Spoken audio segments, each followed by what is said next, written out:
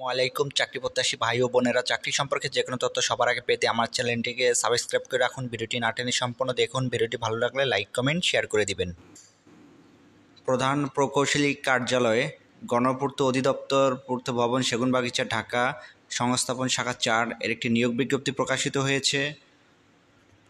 এখানে গ্রেড 14 হতে গ্রেড 16 নিম্নবর্ণিত শূন্য পদ সময়ের লক্ষ্যে বাংলাদেশের স্থায়ী নাগরিকদের পুরুষ মহিলার নিকট হতে দরখাস্ত আহ্বান করা হচ্ছে।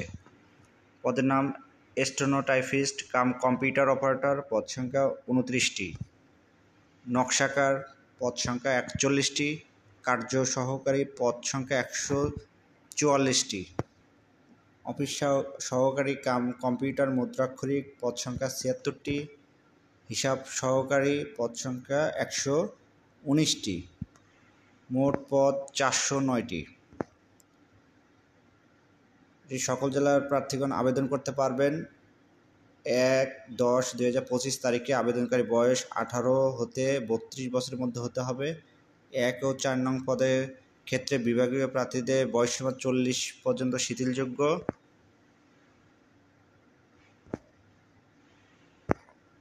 এটি সম্পূর্ণ অনলাইনে আবেদন করতে হবে। আবেদন শুরু হচ্ছে 1/10/2025 সকাল 10 ঘটিকা হতে এবং আবেদন শেষ তারিখ 31/10/2025 বিকাল 5 ঘটিকা। এছাড়া বিস্তারিত জানার জন্য কমেন্ট বক্সের লিঙ্কে ক্লিক করুন। আসসালামু আলাইকুম।